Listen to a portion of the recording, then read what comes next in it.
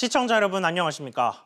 어제 이주열 한국은행 총재가 기준금리 인하 가능성을 시사하자 경제사령탑인 홍남기 경제부총리도 여기에 공감하는 발언을 하면서 금리 인하 분위기가 급격하게 조성되는 모양새입니다.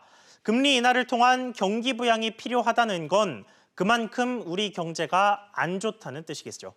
먼저 정부와 시장에 급격하게 조성된 이 금리 인하 분위기를 박규준 기자가 짚어봤습니다. 이주열 한은 총재가 대내외 경기 부진을 이유로 금리 인하 깜빡이를 켜자 홍남기 경제부총리가 이에 화답했습니다. 대외 요인의 불확실성이 크게 높아진 만큼 그 전개 추이와 영향을 면밀히 점검하면서 경제 상황 변화에 따라 적절하게 대응해 나가야겠습니다. 한은 총재께서 상황의 변화에 따라서 대응하겠다는 말씀을 주신 것이 앞으로 통화의 어떤 완화적 기조로 변할 수 있는 가능성을 조금 진전되게 말씀하신 게 아닌가 그렇게 저는 이해를 합니다. 통화와 재정 정책의 두 수장이 경제 상황이 좋지 않다는 데에 큰 틀의 공감대를 이루고 금리 인하 가능성에 무게를 둔 것으로 보입니다. 먼저 군부를 짚인 건 청와대였습니다. 지난주 윤종원 청와대 경제수석은 대외 불확실성이 예상보다 커지면서 경기 하방 위험이 장기화될 소지가 있다고 언급했습니다. 하반기 경기 회복을 기대하던 종전 낙관론은 찾아볼 수 없었습니다. 그만큼 우리 경제를 둘러싼 대내외 여건이 나쁘다는 방증입니다. 실제 미중 무역 분쟁과 반도체 경기 부진으로 이달 들어 수출액은 1년 전보다 17% 가까이 급감하는 등 7개월 연속 수출 감소세를 이어갈 분위기입니다. 이제 시장의 관심은 금리를 언제 내리느냐입니다. 한 10월 정도라고 생각을 하고 일단은 3분기 때 소수 의견이 더 확대가 되면서 분위기를 형성해 놓고 4분기 진입하자마자 이제 인하를 한번 하지 않을까. 성결 조건이 있다면 저희는 연준이 먼저 내려줘야 된다는 생각. 하반기 기준금리를 결정하는 금융통화위원회 회의는 7월과 8월, 10월, 11월 4차례 열리는데 이번에 금리가 내려가면 3년 만에 금리 인하입니다. SBS CNBC 박규준입니다. 불과 2주 전만 해도 이주열 총재는 금리 인하에 대해 때가 아니다라면서 명확하게 선을 그었습니다. 그 2주 사이에 무슨 일이 있었는지 이제는 정부와 한 목소리로 금리 인하 가능성을 내비치고 있습니다. 그만큼 우리 경제에 예측할 수 없는 불확실성이 짙어지고 있기 때문이라는 건데 취재기자와 한 걸음 더 들어가 보겠습니다. 손석우 기자 나왔습니다. 자, 손 기자. 네. 먼저 이주열 총재가 발언을 바꾼 전부터 좀 자세히 따져보죠. 이게 불과 2주 만에 180도 시각이 달라진 건데 네. 어떤 근거가 있길래 이렇게 바뀐 건가요? 네, 어제 기념사에서 이제 이주열 총재 발언의 키워드를 꼽자면 앞서 이제 여러 번 언급했지만 불확실성이 되겠습니다. 예. 이 총재는 경제 상황 변화를 설명하면서 바로 미중 무역 분쟁 그리고 반도체 경기 등 이런 대외 요인의 불확실성을 지적했습니다. 이런 대외 요인의 불확실성이 짙어지고 장기화될 조짐을 보이면서 우리 경제도 타격을 받을 가능성이 높다고 보고 한국은행이 금리 인하를 통한 경기 침체 방어에 나선 것이다. 이런 분석이 지배적입니다. 실제로 한국은행이 이 경제 성장률 전망치를 낮출 거다 이런 식의 전망도 좀 힘을 얻고 있죠. 네, 한국은행은 지난해 1월에 올해 경제 성장률 전망치를 2.9%로 제시를 했었고요. 그 이후에 4차례에 걸쳐서 0.1%포인트씩 하향 조정을 해서 현재는 2.5%까지 낮아진 상태입니다. 지난 1분기 GDP 성장률이 마이너스로 돌아섰고요. 미중 무역 분쟁 장기화 또 이로 인한 수출 타격 등 대외 불확실성 짙어지면서 이마저도 달성하기 어려울 것이다라는 전망이 점차 짙어지고 있습니다. 이미 국내외 경제 기관들은 올해 성장률을 2% 초반이나 1% 후반까지 둔화될 것으로 예상하고 있죠. 자, 그렇다면 현 시점에서 봤을 때 이 금리 인하가 실제로 이루어진다면 얼마나 효과가 있을까요? 갑론을박이 거기에 대해서는 있습니다. 금리를 낮추게 되면 역시 시중의 통화량이 늘어나게 되고요. 이 늘어난 통화량들이 로 인해서 투자와 소비가 살아나면서 경기에 온기를 불어넣는 효과를 저희가 기대를 할 수 있는데요. 예. 하지만 지금처럼 이런 대외 불확실성이 큰 상황에서는 득보다는 실이 클 수 있다. 이런 의견도 일각에선 있습니다. 자칫 국내로 투자된 해외 자금의 이탈을 가속화시키면서 환율이 불안해지는 이런 역효과를 볼 수도 있다라는 거고요. 또 늘어난 통화량이 투자라든지 소비 같은 데 활용이 돼야 되는데 그게 아니라 부동산 시장의 쏠림 현상으로 나타날 수 있다. 이런 의견을 제시하는 전문가들도 있습니다. 그렇군요. 송 기자 잘 들었습니다. 다음 소식입니다. 밀수 혐의로 기소된 이명희 전 이루재단 이사장과 딸 조현아 전 대한항공 부사장에게 집행유예가 선고됐습니다. 일부에서는 조 전 부사장의 경영 복귀설도 나오고 있는데요. 취재기자 연결해서 자세한 내용 알아보겠습니다. 김성훈 기자. 네, 김성훈입니다. 네, 재판 결과부터 전해주시죠. 네, 인천지방법원은 오늘 조현아 전 부사장에게 징역 8개월에 집행유예 2년, 벌금 480만 원과 추징금 6,300여만 원을 선고했습니다. 이명희 전 이사장도 징역 6개월에 집행유예 1년, 벌금 70만 원과 추징금 3,700여만 원을 선고했습니다. 담당 재판부는 두 사람의 범행 횟수가 많고 밀수품의 금액이 높지만 유통이나 판매 목적으로 물품을 들여오지 않은 점을 고려했다고 양형 이유를 밝혔습니다. 또 오후에 서울중앙지법에서 열린 필리핀 가사노음이 불법 고용 혐의에 관한 2차 공판에서 이 전 이사장은 혐의를 인정했고 검찰은 벌금 3천만 원을 구형했습니다. 자, 이 재판 결과와 관련해서 또 하나의 관심사는 조현아 전 부사장의 경영 복귀인데요. 이와 관련해서 조 전 부사장이 입장을 내놨습니까? 네, 재판 직후 조 전 부사장은 경영 복귀를 묻는 기자들의 질문에 답을 하지 않고 법원을 빠져나갔습니다. 하지만 일부에서는 이번에 구속을 면하면서 조 전 부사장의 경영 복귀 가능성이 커진 것으로 보고 있습니다. 조현민 전무의 복귀에 이어 조현아 전 부사장까지 복귀할 경우 상속세 납부와 한진가의 경영권 승계는 일단 갈등 없이 진행될 가능성이 높아 보입니다. 다만 향후 한진칼의 2대 주주인 KCGI의 공세와 남매 간 경영권 분담 수위에 따라 돌발 상황이 발생할 수 있다는 관측도 나오고 있습니다. SBS CNBC 김성훈입니다. 법정 관리를 받고 있는 성동조선해양이 오늘 사실상 마지막 매각 본입차를 진행했습니다. 그런데 매각 참여자들 모두가 인수자금 증빙에 실패하면서 결국 유찰됐습니다. 취재기자 연결해서 알아보겠습니다. 안지혜 기자, 성동조선해양 매각 결과 전해주시죠. 네, 앞서 예비 입찰 과정에서 인수 의향서를 낸 세 곳, 그러니까 조선기자재 업체와 해외 사모펀드 등으로 알려졌는데요. 이들 세 곳 모두가 오늘 본입찰에 참여하기는 했습니다. 하지만 충분한 인수자금 증빙을 하지 못하면서 결국 이번 3차 공개 매각도 유찰됐습니다. 지금 성동조선해양이 법정 관리를 받고 있는데 그럼 이제는 어떻게 되는 겁니까? 네, 성동조선이 창원지방법원으로부터 회생계획안을 가결받아야 하는 시한이 오는 10월 중순인데요. 이번 3차 매각이 불발되면서 기한 내 공개 매각을 재추진하는 것은 사실상 어렵게 됐습니다. 다만 이번 본입찰 참가자들이 남은 넉 달 동안 충분한 수준의 자금 집행 계획안을 가져온다면 수의 계약도 가능하다는 게 매각 주관사인 3.1회계법인의 설명입니다. 성동조선해양을 통째로 인수할 경우 예상 인수가는 3천억 원 수준으로 알려졌습니다. 이 수의 계약도 만약 불발된다면 그러면 청산 수순을 받게 되나요? 아무래도 그럴 가능성이 높습니다. 법원은 성동조선을 채권단으로 돌려보내거나 아니면 청산시킬 수 있는데요. 채권단이 이미 많은 공적 자금을 회사에 투입한 만큼 추가 지원은 고려하지 않고 있는 것으로 전해졌습니다. 결국 성동조선은 수의 계약이나 청산의 절차를 밟을 것으로 보입니다. SBS CNBC 안지혜입니다. 이번엔 르노삼성 소식으로 이어가겠습니다. 르노삼성 노사가 천신만고 끝에 임단협 잠정 합의안을 마련했습니다. 이번 르노삼성 사태가 남긴 것과 앞으로의 과제 짚어보기 전에 노사의 극적인 이번 합의 과정을 최나리 기자가 다시 한번 살펴보겠습니다. 르노삼성 노사는 어제 저녁 전면 파업과 부분 직장 폐쇄를 철회하고 임단협 2차 잠정 합의안을 마련했습니다. 1년이나 끌어오던 임단협을 매듭 짓는 데 걸린 시간은 단 3시간이었습니다. 노조는 사측의 요구를 모두 들어줬습니다. 노조원들의 투쟁 동력이 꺾인 상황에서 백기를 선택한 것으로 풀이됩니다. 앞서 르노삼성 노사는 지난해 6월부터 임단협 협상을 이어왔으나 합의점을 찾지 못하고 갈등만 빚어왔습니다.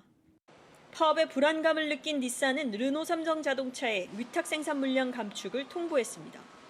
위기감을 가진 사측은 공장 가동 중단이라는 처방을 내렸지만 노조는 전면 파업으로 맞섰습니다. 지난달 비로소 첫 번째 잠정 합의안을 마련했지만 조합원 찬반 투표에서 부결되며 사태는 다시 악화됐습니다. 하지만 노조 집행부가 전면 파업 카드를 꺼내들자 일부 조합원들은 반발했습니다.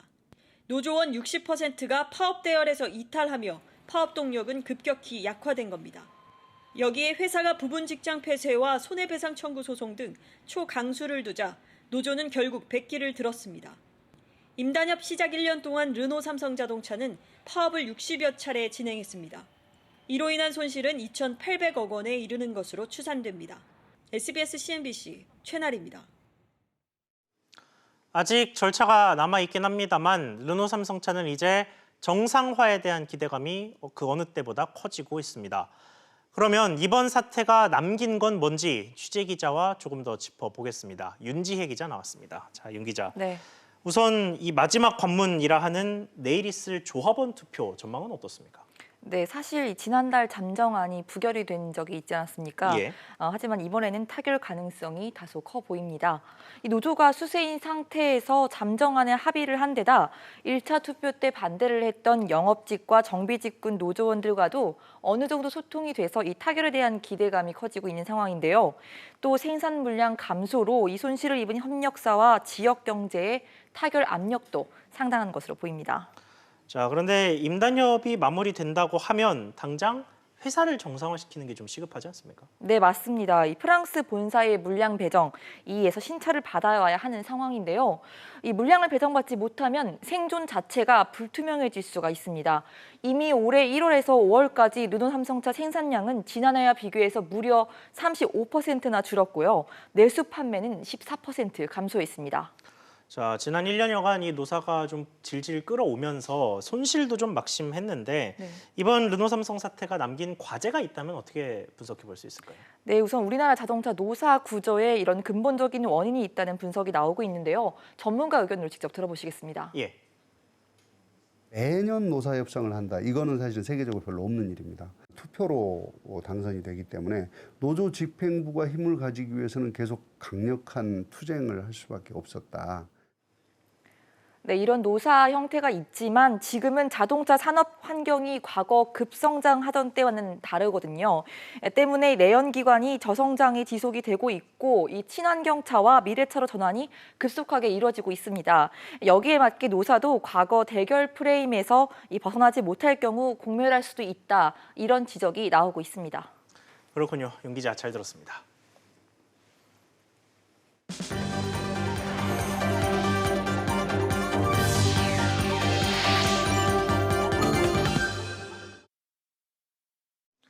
대형 이동통신사를 통해서 휴대전화를 사용하면 이렇게 포인트 적립의 다양한 할인 혜택까지 멤버십 서비스를 받을 수가 있죠. 이건 지난 1999년 SK텔레콤이 젊은 고객층을 대상으로 TTL이라는 브랜드와 함께 멤버십 서비스를 도입한 게 통신사들 중 최초의 성공 사례니까 벌써 20년이나 지났습니다. 그런데 최근 몇 년간 이 서비스를 놓고 소비자들의 불만이 커지고 있습니다. 이용자마다 조금씩 다르긴 하지만 연초에는 이 멤버십 포인트로 약 10만 포인트 정도를 받는데 결국 써도 다 못 써서 연말에는 포인트가 소멸되고 다시 초기화되죠. 이런 과정에서 소멸되는 금액이 얼마나 되는지는 통신사들 모두 공개하지 않고 있는데요. 다만 지난 2014년 국정감사 때 2012년 기준에 소멸된 포인트가 한 번 공개된 적이 있는데 그때 통신 3사는 총 7,900억 원 이상의 포인트를 고객들에게 지급했는데 그중 60% 정도인 4,700억 원 이상을 미사용 포인트로 다시 돌려받았습니다. 소멸됐다는 얘기입니다. 이를 놓고 통신사들이 어차피 쓰지도 못할 포인트를 놓고 생색만 낸다 이런 비판이 거세지면서 SK텔레콤은 지난해 3월 포인트 제도를 없애고 등급별로 할인 종류만 분류해 놓은 채 무제한 할인을 도입하기도 했습니다. 하지만 나머지 이통사들의 포인트 제도는 그대로 운영돼서 일부 소비자 단체는 1년인 유효기간을 2년으로 늘려야 한다고 주장하기도 합니다. 하지만 생각해보면 이 포인트 제도에 소비자들이 불만을 갖는 근본적인 이유는 쓰지 못한 포인트를 뺏긴다는 게 아닌 것 같습니다. 스마트폰의 도입으로 단말기의 가격이 올라가고 통신사의 마케팅 경쟁이 멤버십보다는 기기값 할인으로 쏠리면서 멤버십 포인트의 혜택은 점점 줄었습니다. 이런 가운데 단통법이 도입되면서 기기값 경쟁이 사그라들었는데 이 통사들은 줄였던 소비자 혜택을 그다지 많이 회복시키지는 않았습니다. 최근에는 스마트폰의 교체 주기도 점점 길어지고 있는데 기기값 경쟁보다는 과거 쏠쏠했던 멤버십 혜택이 부활할 때도 되지 않았나 싶습니다. 앵커 리포트였습니다.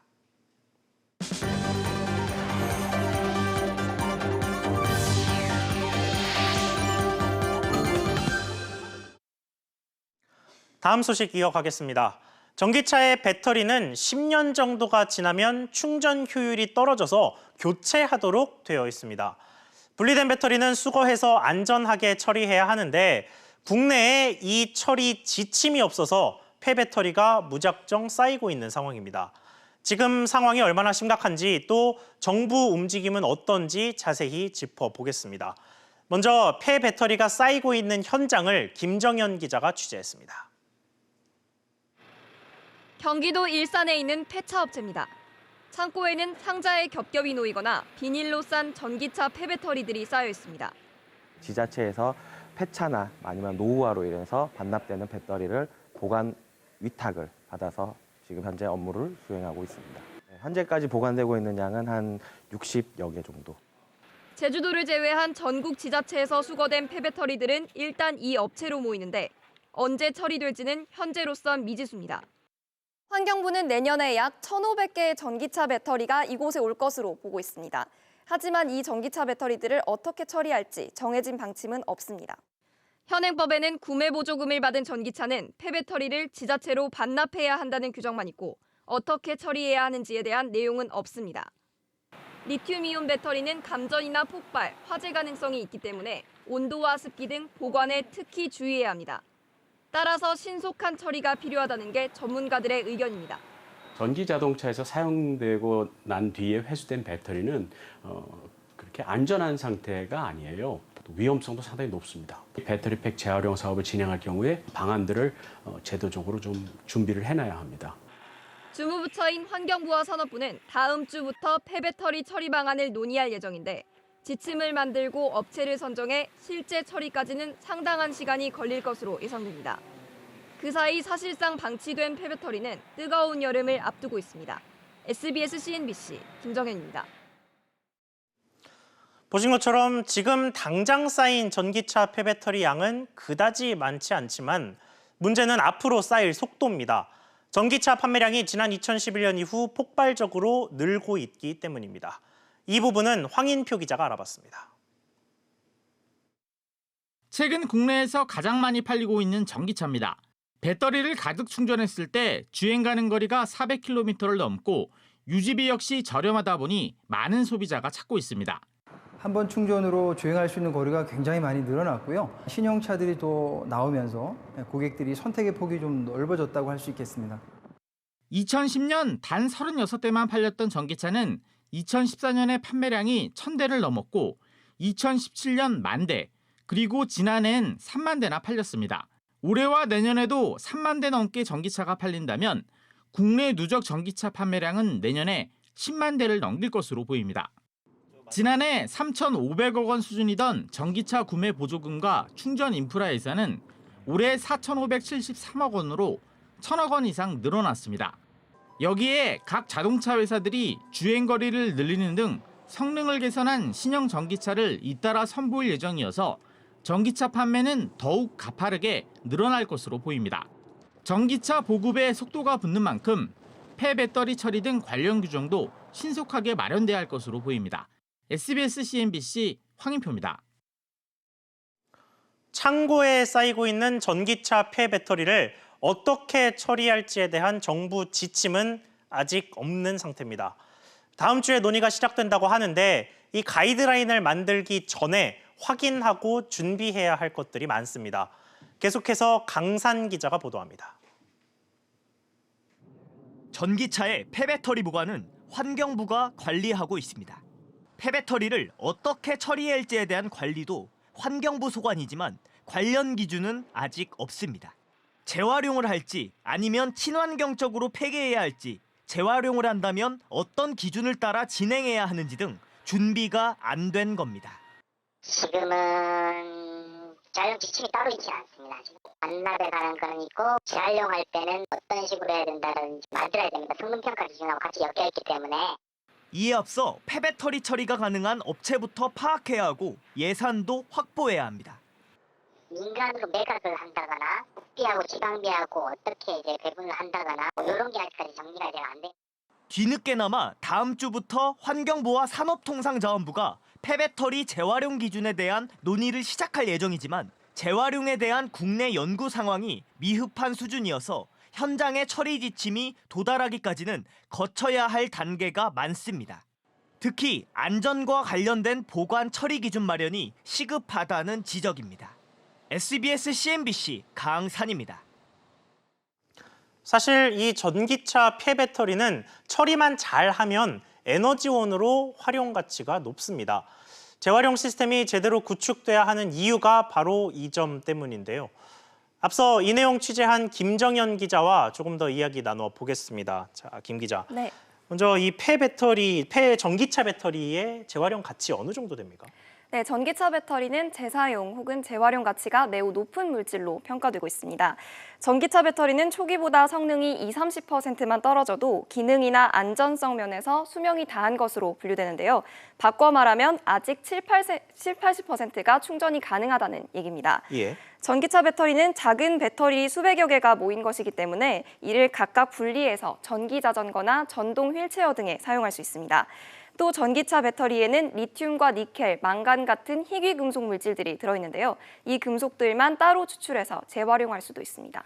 자, 그러면 우리나라보다 전기차 보급이 조금 빨랐던 이 해외 다른 국가들은 재활용을 어떻게 하고 있습니까? 네, 해외에서는 폐배터리를 활용한 ESS, 즉 에너지 저장 장치 사업이 활발한데요.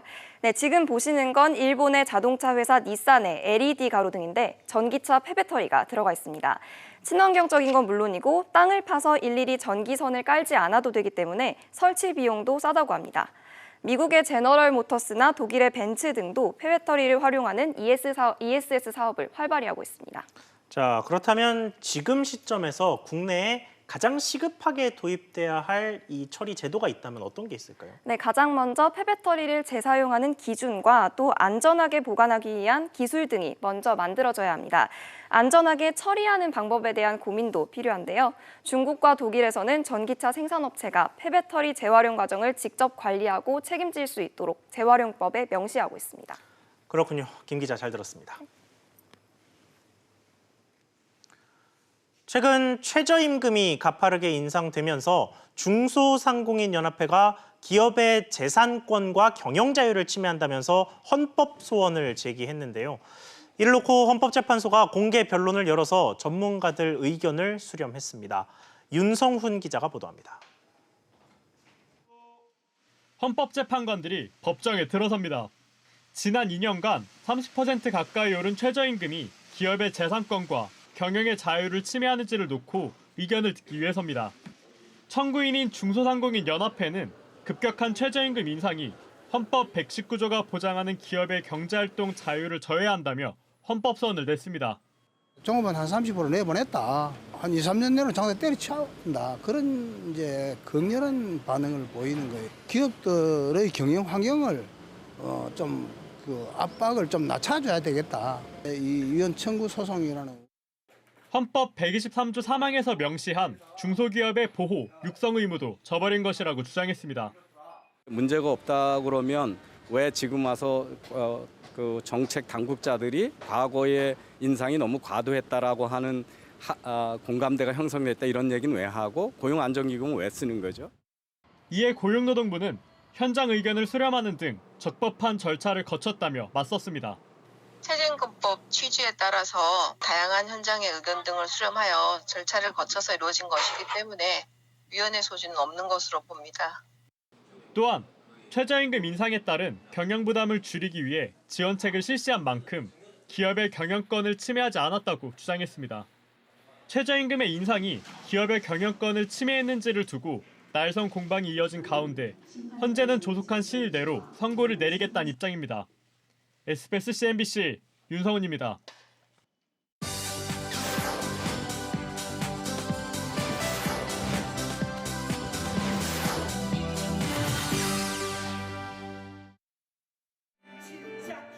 프랑스 역사상 가장 화려한 문화번성기였던 20세기 초 벨 에포크 시대.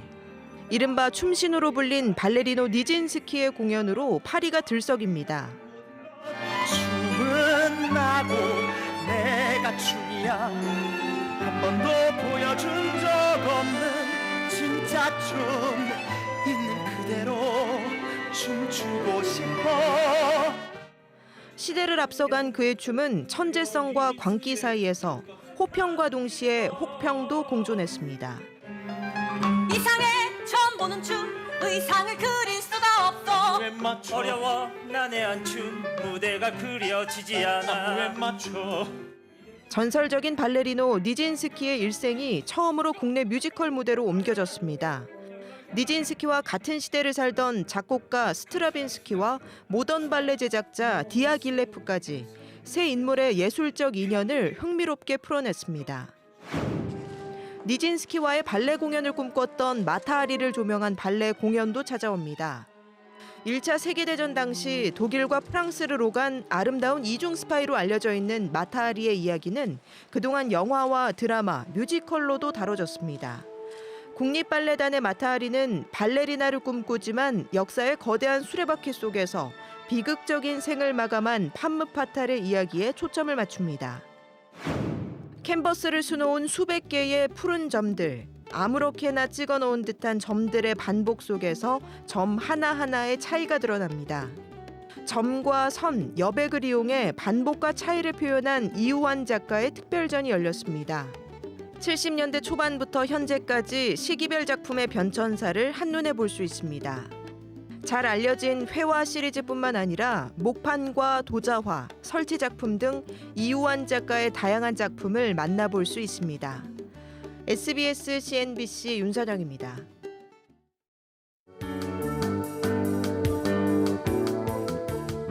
안녕하세요. K웨더 라이프스타일 예보 오조입니다. 내일은 남부지방 곳곳에 또 한 차례 비 소식이 있습니다.